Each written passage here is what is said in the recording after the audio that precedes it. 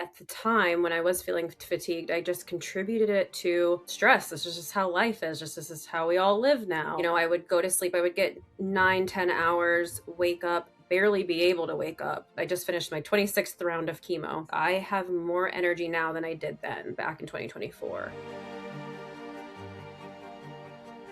At the beginning of 2024, I went through a major breakup of a 10-year relationship. At that point, my life turned upside down. I thought it was heartbreak. I thought it was a little bit of a depression. I thought it was just, I'm so confused now on what's going on with my life that I contributed all the fatigue to that. And I didn't think twice about it being a health problem. I would have 8, 9, 10 hours of good, deep sleep. This was not disruptive, bad sleep. And then I would wake up and I just remember feeling guilty again because I just was so tired. I felt like I could sleep until noon. I felt like I could just keep sleeping. You know, when I would finally be able to get myself up, it was still this just like cloud of fatigue throughout the day. Around the time that I was feeling that severe fatigue at the end of 2024, I actually did go see my primary care provider for an annual physical. She told me everything was good. My blood work was perfect. The only thing that was abnormal was my vitamin D was low. And so then again, I was like, oh, this is why I'm fatigued. My perspective now is that I can't blame myself. You know, I was doing everything that I could. I was going to the doctor's office for my annual physicals. I was told everything was okay. I was paying attention as much as I could to my body. But definitely in the beginning, there was a little bit of guilt, I would say, of like, well, what if I would have paid more attention? Could I have caught it sooner? But I just don't think that was realistic. I started to have what just felt like a subtly upset stomach, indigestion, nothing crazy, nothing painful. But it was noticeable. And the indigestion or that discomfort was pinpointed to, I could feel it in just one area of my abdomen. So normally when you have just like an upset stomach, you just feel yucky all over. This was like one area. And so I think it was like maybe the next day, I started to just feel around that area because I was like, this is weird. And I felt an actual lump there. And as soon as I felt it, it wasn't like my heart dropped. I honestly didn't think cancer. I just was like, this is not normal. I shouldn't have a lump here. I got anxious, naturally anxious girly. And so I was like, something's wrong, but there actually was this resistance to wanting to go see what it was. And so I decided to just wait a little bit. And I also wasn't having any other kind of emergent symptoms. No fever, no nausea, no vomiting, no changes in my stool or bowel changes. I was still going to the bathroom regularly. So cancer was like back in the ethers. I didn't think about cancer. It took about, I want to say like a week and a half, 2 weeks for me to finally say, okay, I need to go in and check this out. This isn't going away. This isn't getting better. And at one point, it actually did start to get more uncomfortable. Now, I have a degree in medicine. I'm a physician assistant. And so I knew I needed imaging, and I didn't want to go through my primary care provider, wait for that appointment. And so I decided to go to the ER. I actually went and saw one of my fellow physician assistant friends. And I know I'm very lucky in that way. And I'm very blessed to have her and to have gone this pathway, because I know a lot of people wouldn't have gotten this chance. But first we went in and we did blood work. Everything came back absolutely normal, within normal range. Nobody could feel the lump besides me. And I realized I had to stand in like a very certain position for someone to feel it. My labs were perfect. I didn't have a fever. I wasn't not vomiting. There was nothing really for me to be in the emergency room for. But because it was my friend, she was like, okay, we'll still get the CT scan. I trust you. But she told me if it would have been anyone else, she probably would have sent me home, which is so scary to think about. I tell that to people all the time now, is to trust yourself and to trust your body. You're the only one who can feel everything, like I say, you're the only one that can feel your insides. So you have to be an advocate for yourself. It was this traumatic moment for me because that friend is actually one of my best friends. And I could tell she had been crying. Her eyes were red rimmed. And I thought, oh gosh, like this is not good. I sat down on the bed. She sat with me. She grabbed my hand. She said, and she was crying, and she said, everything's going to be okay. And at that point, my heart just sank. The attending doctor walked in and he said, we don't see a mass, in your abdomen on the CT scan, but there are multiple lesions on your liver that look like metastatic disease. And I remember just hearing the word metastatic and heart drops even further. Metastatic is when there's a solid primary tumor and it's gone to another organ. But also there was this denial. No way. You've got the wrong scan. You've got the wrong person. There's no way. My mom was there with me too. We looked at each other. She also was out loud saying, no way. Like, she's so healthy, is what she was saying about me. I was in shock. So I remember asking him, the doctor specifically, right away, well, what else could it be? Because I just did not believe that it was metastatic cancer. I asked him, is there a chance it could be parasites? Because I had traveled abroad, I ate the food. I remember him looking at me, and looking back, I could tell he was like so sad that I was in denial. But he humored me a little bit, and he was like, it could be, but with the amount of lesions, it's very unlikely. But the fact that he said it could be, my mind ran with that. And so again, I shoved cancer to the back of my head. I said, nope, it's something else. The very next day, they set me up with oncology. Again, I remember walking in and seeing like Cancer Institute and parking for cancer patients. And I'm just like, this is just not my life. This is not real. We walked in and we saw a general oncologist first, and she said, let's biopsy one of the liver lesions. We know those are there. We can't see the mass. In the meantime, we'll also get an MRI of the abdomen, and maybe we can see this lump that you're feeling. The biopsy results came back as adenocarcinoma, and that's when I found out it was cancer.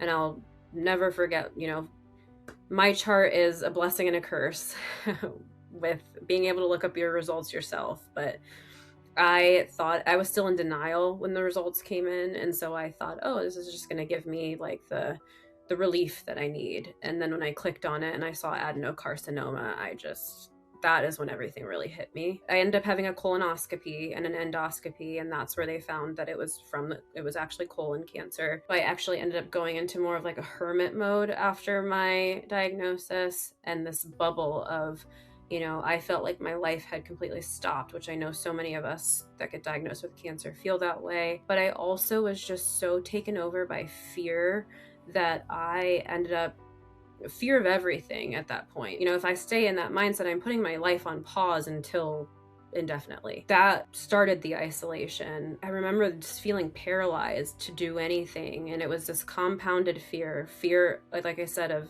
I don't know what caused the cancer, so now I'm scared to do everything and anything, because what if it makes it worse? Or what if I don't heal? Because what if that's the thing that caused the cancer and I keep doing it? And then it was, I don't want to do anything to jeopardize my life even more, so I'm just like not going to do anything. So that was very, very isolating. I started with getting my port placed, and then within like 3 days from there started chemo, and I started off on Folfirinox, which is the most aggressive for GI cancers.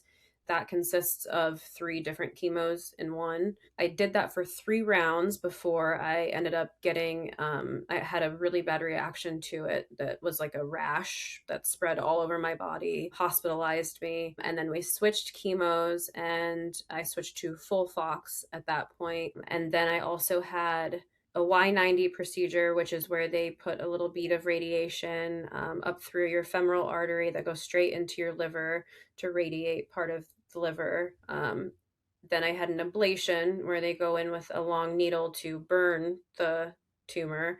Then I had another Y90 procedure, and then we switched to FOLFIRI chemo plus Avastin. Then I had a combined colon resection and liver resection. I had another ablation. At that point, unfortunately, there was a recurrence, so this is kind of, we're up to date now. And so I've been back on FOLFIRI and Avastin now for 7 more rounds. And so it came back in the liver. I'm human. I was so distraught. I was not well. I spiraled. I got pretty depressed for a while.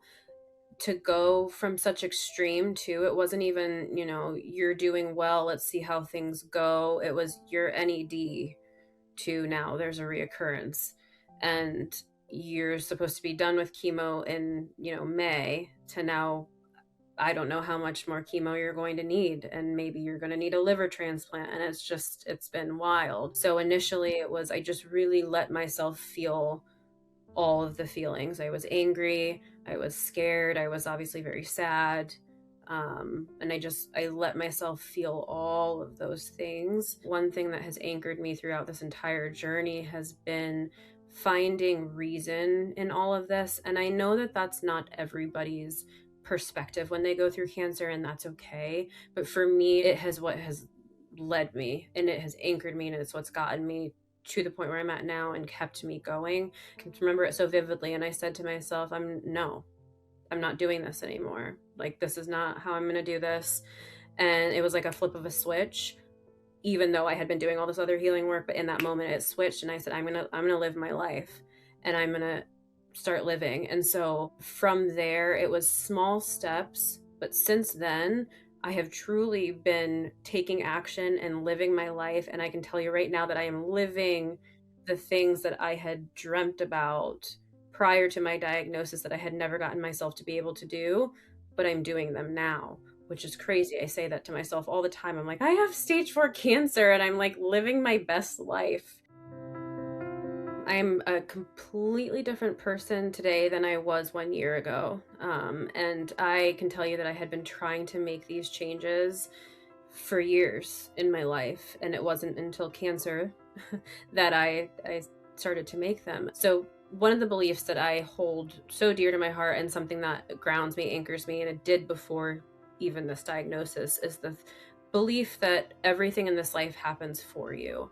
And I know that some people have a hard time believing that, especially when they've gone through really hard things. But for me, that is the overarching belief that has helped me get to this point and become who I am now. And so when I got the diagnosis, that was kind of the first thing that entered my mind is, okay, well, if everything in life happens for you, why is this happening for you, for me?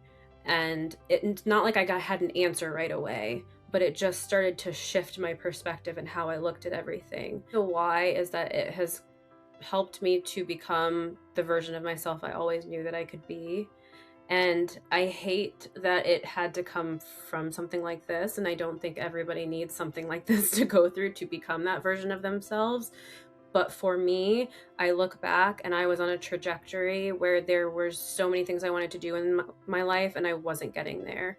And for me, I think it did take something this big for me to flip really fast also, and to be able to become this version of myself and to live this life that I'm loving, where I'm, helping people, inspiring people, encouraging people. I'm doing all the things I've always wanted to do. With that, it's given me so much peace. I actually struggled back and forth with the relationship with my body after my diagnosis, because it had gone, hidden for so long, and I thought I was fine. And to find out that I had stage 4 cancer, that was a whole nother, realm of healing that I had to do around my relationship and trusting my body. I did know enough and feel enough in the moment to go seek medical attention, and I'm grateful that I listened and advocated for myself. When I got the diagnosis initially, I actually didn't feel any betrayal from my body. That wasn't the thought that crossed my mind. There was fear of, can I trust my body? It was more of, I thought I was really in tune with my body, but here I had cancer growing. Like, I was more like distrusting of myself, of being able to figure out and feel what was going on in my body. But there was no betrayal feeling, or like that my body had betrayed me. And this is why I have done a lot of work around understanding trauma and how the body carries trauma, emotion, and all of the things. And so my perspective initially when I got the diagnosis was, oh my gosh, I actually felt really sad for my body. And I said, you've been carrying all of this for me, and I didn't even know. And you've been carrying this, and I've been going to the gym, I've been going traveling, I've been hanging out with my friends, and you've been carrying this for me? That was the perspective that I had initially. In 2 days, I have my 16th round of chemo, and I'm about to go work out. So come work out with me. Let's go. I actually have these rituals that I do before chemo where I will stand naked sometimes and just love on my body, and like really look at it and say, like, even from my feet to my fingers, it's like, my feet, thank you for holding me and like letting me walk. And my legs, like, thank you for, again, letting me walk and sit and dance. And arms, like, thank you for letting me hug. I just am like so grateful for my body, and then for all that it's enduring through treatment. And that's the relationship that I have with my body. I love her so much. A lot of times we associate with how our body looks, right? And so when we're looking in the mirror and you hear people saying, oh, I'm standing in the mirror trying to love my body, they're looking at it and like how it looks. For me, it has nothing to do with how my body looks. It's what it can do for me, and understanding that the whole reason that I get to experience life is through my body. Like, this is the vessel that I get to live my life through. So when you get to hug the people you love, when you get to taste really good food, when you get to laugh, when you get to cry, when you get to watch a movie that you love, like, all of that is happening through your body. That's when I'm looking at it in the mirror, I'm saying, thank you for letting me do those things.